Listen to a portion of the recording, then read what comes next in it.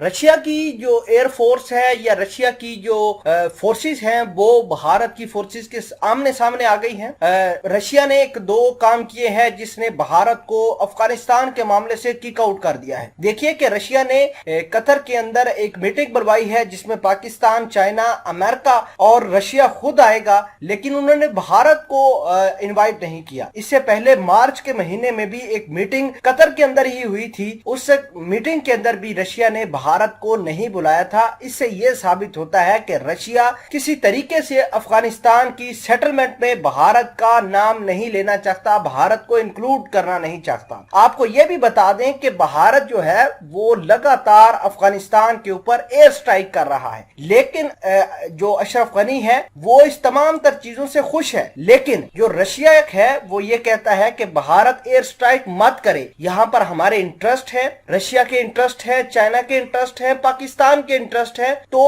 अगर भारत इसी तरह लगातार अमेरिका के कहने पर एयर स्ट्राइक करता रहा तो रशिया भारत के खिलाफ बड़ा एक्शन लेगा। वो बड़ा एक्शन कौन सा हो सकता है, रशिया किस तरह भारत को पीट सकता है अफगानिस्तान के मामले को लेकर, वो आज सारी की सारी खबरें हम आपको बताएंगे। छोटी सी गुजारिश है कि आप हमारा यूट्यूब चैनल हसनाट टीवी को सब्सक्राइब कर ले, घंटी के निशान को दबा ले ताकि लेटेस्ट न्यूज आप तक बर वक्त पहुंचती रहे। नाजरीन ग्रामी, बहुत बड़ी डेवलपमेंट निकल कर सामने आई है कि भारत ने लश्करगाह के अंदर कार्रवाइयां की हैं और अपनी एयरफोर्स को अफगान नेशनल सिक्योरिटी फोर्स की वर्दियां पहनाकर हेलीकॉप्टर देकर वो कार्रवाइयां कर रहे हैं। आजकल जो बगराम बेस है वो भारत के कंट्रोल में है और तालिबान भी जो है वो पेशकदमी किए हुए हैं लश्करगाह के अंदर, गवर्नर हाउस पर इन्होंने कब्जा कर रखा है और भारत ने कार्रवाई की है हेलीकॉप्टरों की मदद से, फाइटर जेटों की मदद से, और ये कह रहे हैं कि पूरी दुनिया पे ये चल रहा है कि अफगानिस्तान की जो एयर फोर्स है वो भले ही छोटी मोटी हो लेकिन उन्होंने तालिबानों के खिलाफ कार्रवाई की है। लेकिन अगर हकीकत देखें तो ऐसी बात नहीं है, उसके पीछे भारत है। तो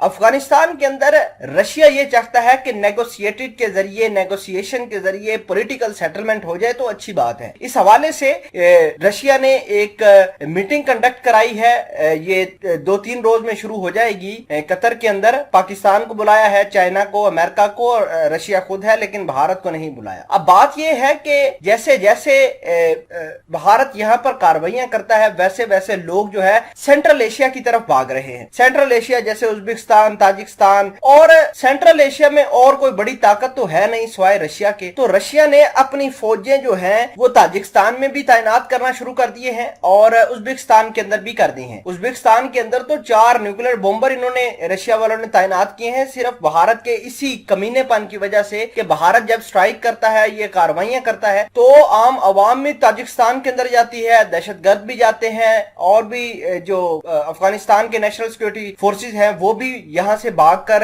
ताजिकिस्तान, उज्बेकिस्तान या फिर सेंट्रल एशिया चले जाते हैं, जिससे रशिया को बहुत बड़ा थ्रेट है। ऐसा लगता है कि चेचनिया के मामलात जो हैं अब रशिया उनको भी टैकल करेगा क्योंकि वो भी मामलात अब सेंट्रल एशिया में सर उठा रहे हैं। तो इस वजह से वो रशिया से काफी भारत वाले अनबन हो गई है इनकी। रशिया ने इनको हर तरीके से किक आउट किया है। दूसरे नंबर पर भारत जो रशिया से वेपन खरीदता है उनकी भी छुट्टी हो गई, किसी तरीके से कोई वेपन्स की डील अब मॉडर्न दौर में नहीं है। और जो S-400 सिस्टम इन्होंने लेना था भारत ने, उसके ऊपर भी एक बहुत बड़ा सवालिया निशान खड़ा हो गया है कि भारत को क्या रशिया इन मामलात के बावजूद S-400 मिसाइल सिस्टम देगा या नहीं। ये एक बहुत बड़ा सवालिया निशान खड़ा हो गया है।